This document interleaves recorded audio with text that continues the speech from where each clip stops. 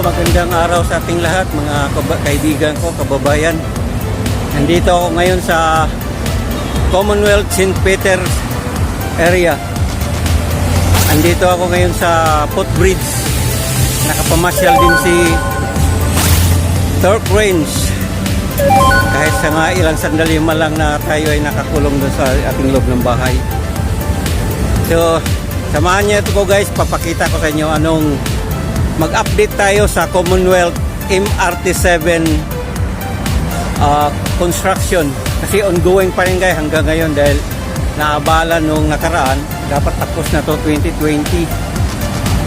Eh dahil sa nangyaring problema ng bansa, natigil sandali at ito ngayon napapatuloy naman. So ito ngayon guys, nandito ako sa footbridge. Ayan guys, footbridge.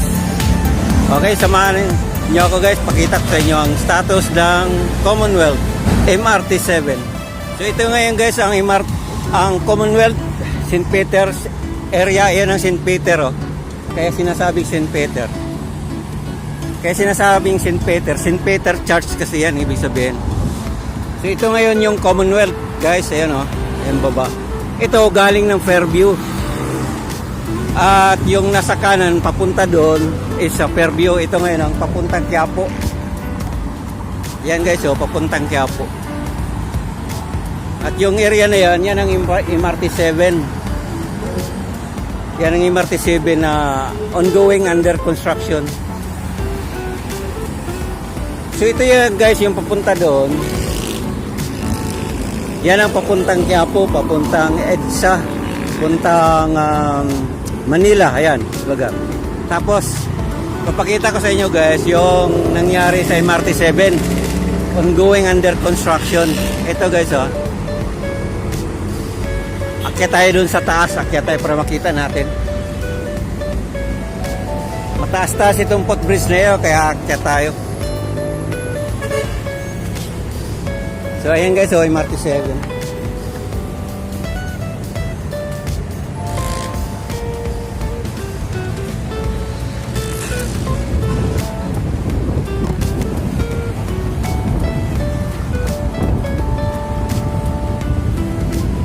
So yun guys ang MRT7 ongoing construction. Medyo malapit na matapos. Ayun guys, yan yung papuntang Quiapo yan, puntang Manila. Yung nasa kanan, itong sa kaliwa, yan ang papuntang Fairview. Yan guys, so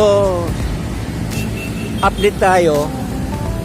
Ngayon is September 9, 2021. So ito na yung status ng MRT7. Mayroon ng release ng train, malapit na matapos. Okay guys, malapit na matapos MRT7. So ito yung along Commonwealth area. Kasi mahaba itong MRT7. Ito yung magmula pa sa San Jose del Monte, Bulacan, papuntang EDSA sa may Trinoma North SM sa may EDSA. So ito yung sa side na to papuntang Manila. Itong kaliwa papuntang Fairview. Dito naman sa kabila guys, pakita ko sa inyo. Ito naman ngayon guys yung yun yung papuntang Bulacan, papuntang Fairview. So ito na nga yung status or update ng MRT7 along Commonwealth sa may St. Peter's area. So muli mga kaibigan, itong nasa kanan, ito yung papuntang Fairview. Itong nasa kaliwa, yun, papuntang Maynila.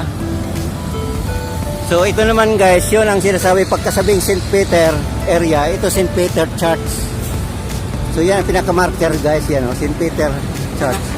Ito guys, pakita ko sandali. Yan, so ito ako sa ibabaw ng footbridge sa may St. Peter's area. So ayan guys, mayroon na kasing ayan. Ayan, malinaw So, time check tayo. Ngayon is 3:30 na ng hapon.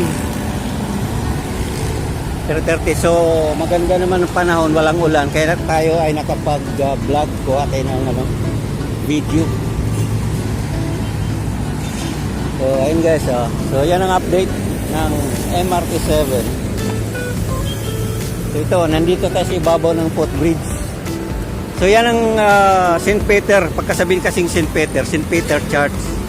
Kasi yung unahan ng kaunti, mga 200 meters, yun ang Sandigan. Tapos Pilkua, Kuwa, kasi iba yung Pilkua kaysa Kuwa. Commission on Audit. Ang Pilkua naman, Philippine Coconut Authority. So guys, ngayon is September 9, 2021. Yun ang update natin sa MRT7. So ito na ngayong status ng MRT7, malapit na matapos. So, muli guys, yun ang ating update. So hanggang dito lang muna ang ating video at sa muli mag-update ulit tayo sa estado or kalagayan ng MRT7. Ayan guys, MRT7. Ayan. Yan dito sa kanan. So time ang traffic situation moderate lang. So muli guys, hanggang dito. At sa muli nating pag-update, samahan nyo ako. Maraming salamat sa inyong pagsama sa akin. At magandang araw sa ating lahat.